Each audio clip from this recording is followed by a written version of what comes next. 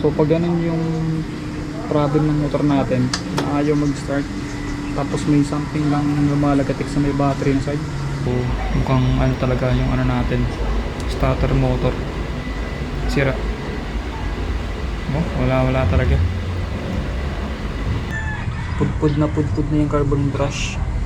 So ang gagawin natin, tatanggalin natin tong tornilyo. Then ito.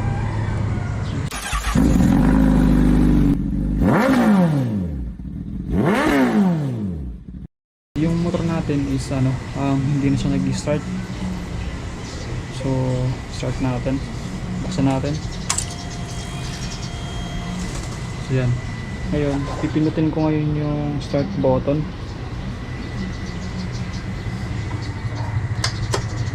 Yun. Clicking lang yung nangyayari. So parang mayroong something dito sa battery na nagtitik o lumalagatik. Ano? So pag ganun yung problem ng motor natin, na ayaw mag-start, tapos may something lang lumalagatik sa may battery na side. Dalawa yung pinaka main reason kung bakit ganun. So una, it's either yung battery is wala nasa voltahe yung battery natin. Then yung pangalawa is yung starter motor na nandito sa ilalim, nagpapa-under. So una muna natin gagawin is i-check muna natin yung battery dito. Check natin kung yung volts niya is above 12.4 dapat para makapag-start yung door natin.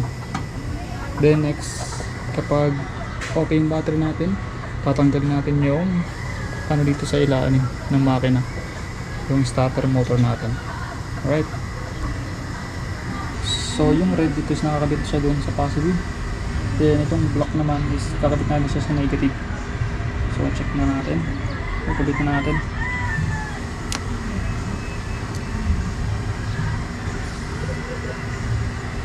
So ayan,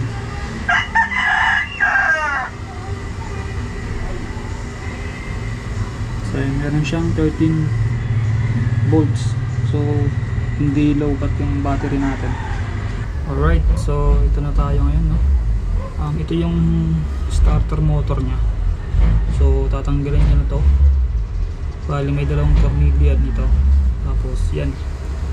Then meron yan dito sa taas. Yan, i-disconnect niyo lang. So ito, bali ito yung part na to is positive. Yan, no? So ngayon na-disconnect ko na. Then ito tatanggalin natin to. So itong tornilyo na yan, then itong pangalawa. Bali tatlo yung di-disconnect natin. So tatlo yung tatanggalin natin. So pag natanggal nyo na yan, bali huhugutin lang natin to. O pag ganito, or kailangan natin ng parang pang push papunta dito. So it's either mamartilyohin natin to dito, pupupukin natin para umurong, kasi matigas to eh. So para matanggal natin to, gagamit lang tayo ng 10mm close may socket wrench.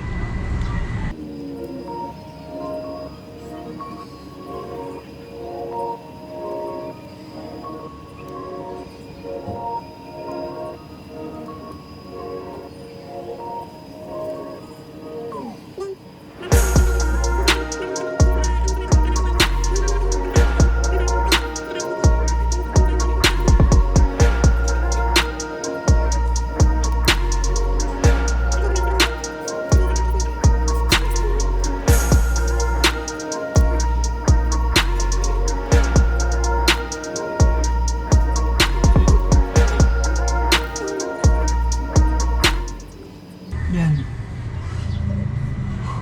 So yan, tanggalin natin siya.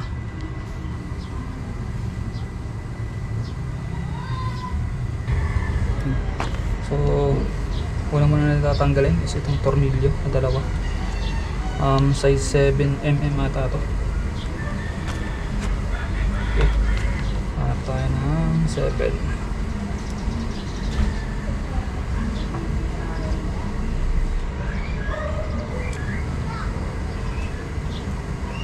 6. Ito, 7.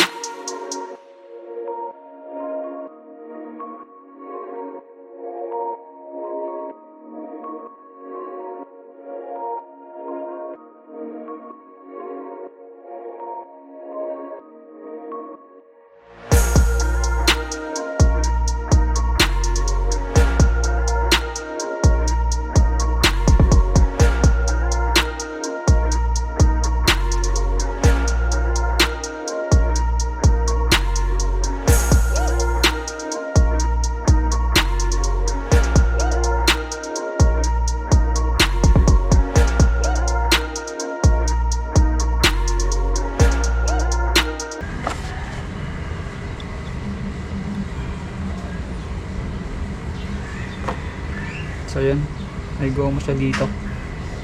Yan o.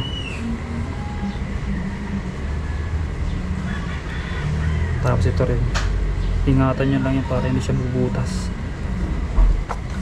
Punasan lang natin.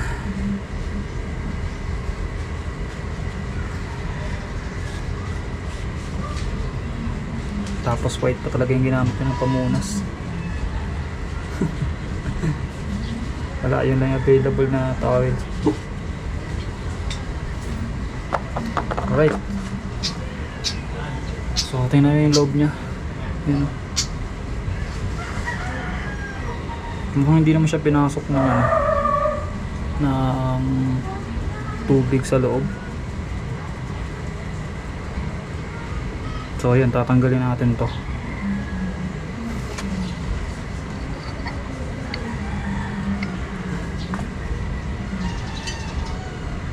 So yan, meron siyang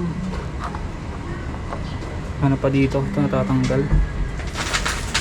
Tapos meron siyang tanda nyo lang pagkakasunod-sunod, no? May mataba tas manipis.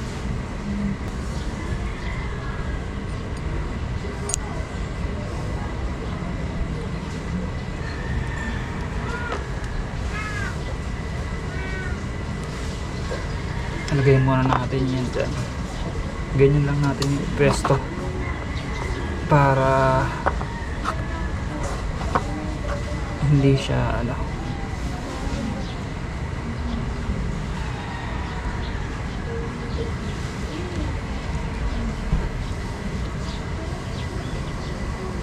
so ito tatanggalin. Hiwalay ba to?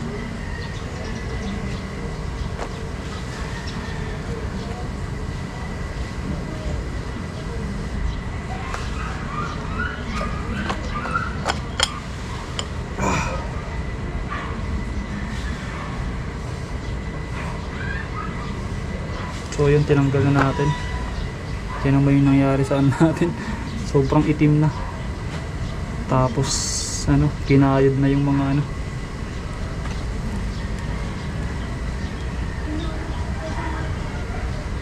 linisan lang natin to ng Tapos tingnan yung loob. Kita ba yan sa camera?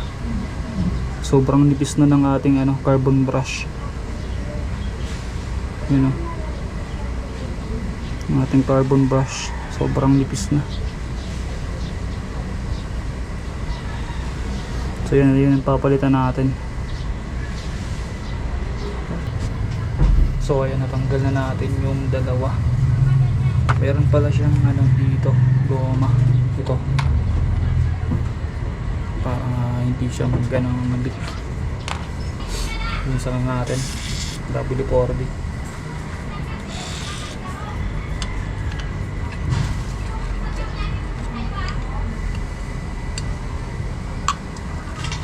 Pati rin ito, ilinisan lang natin.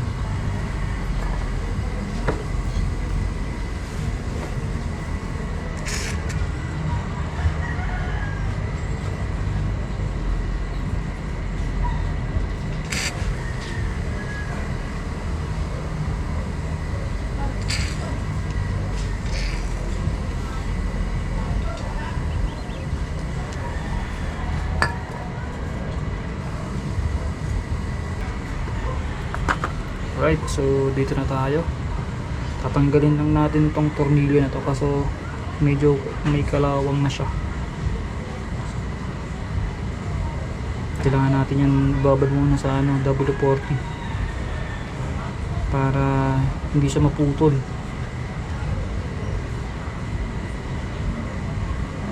Pero ang gagawin muna natin dito, pupupukin muna natin to ng dahan-dahan para matanggal yung corrosion niya.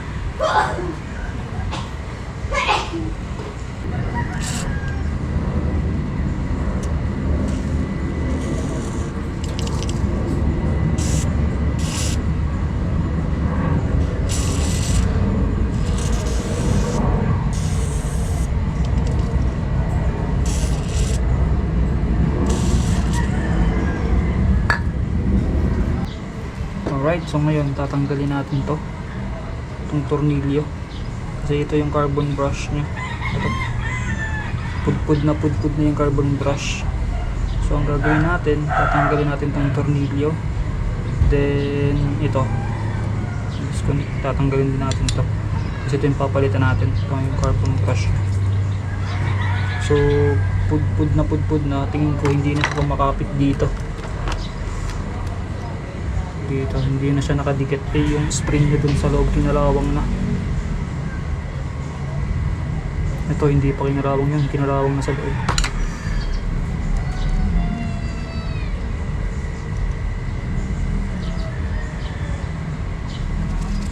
So yung nandun hindi na siya bumababa kasi yung spring kinalawang na.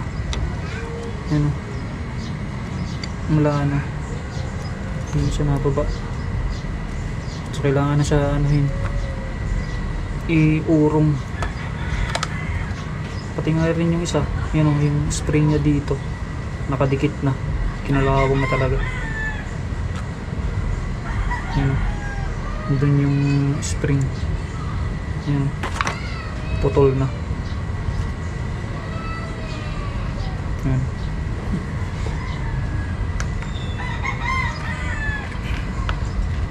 So ngayon tatanggalin na natin yung itong mga luma, sana hindi siyang putol. So ngayon natanggal na natin siya. So ito yung niya, laman. Bali ito yung dating niya, dating carbon brush. Ito yung dating carbon brush nya. Ingat lang po kayo pa sa pagtanggal ng mga tornilyo dito kasi sobrang pag matagal na kinakalawang, so ang hirap tanggalin. Katulad nito, pudpud na masyado kasi ang hirap patanggal, ang tigas, kaya yung napudpud yung buti hindi naputol. So yun, ingat lang kayo pag nagtanggal kasi pag naputol yan, hirap yan, ibabare na yan dyan. So ito tatanggalin natin to. Tanggalin natin yung goma. So yan mayroon na siyang dumikit na yung spring sa carbon brush. Talagang ito yung spring niya.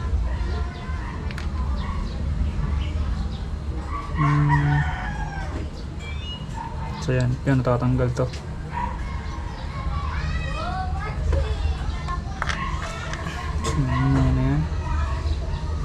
Ilinisan to mamaya.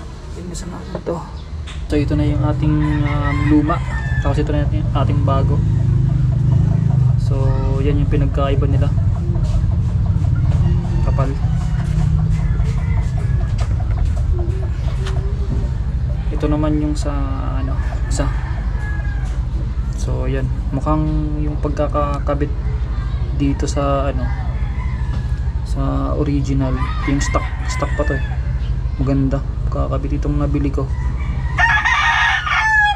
Itong nabili ko mukhang dinikit lang. Pero importante naman yung dito niyan. Right, so kakabit na natin.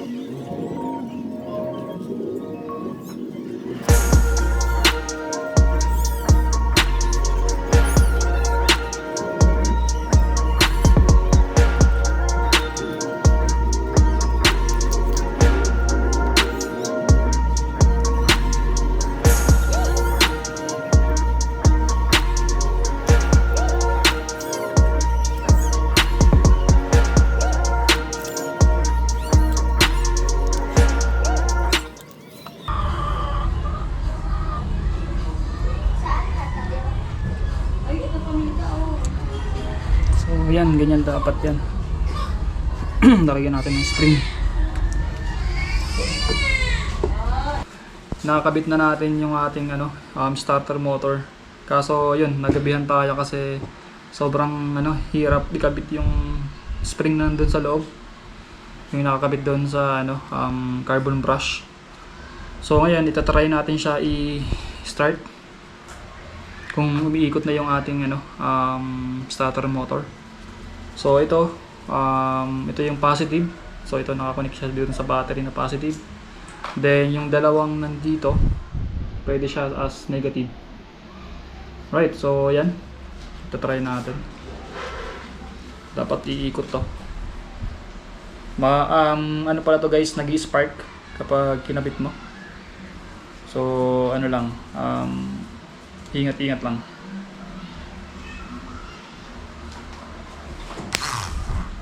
Yun.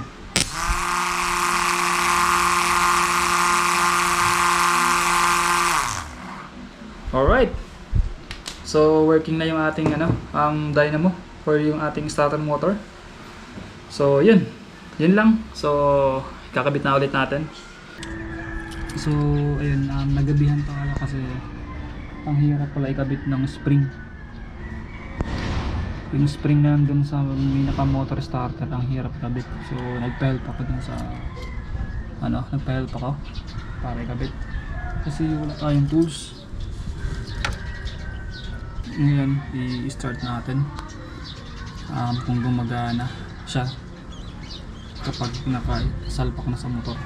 Tapos make sure nyo lang na walang leak yung mga ano dun,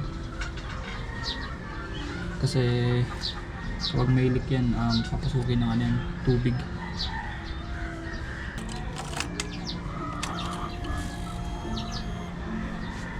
So push button.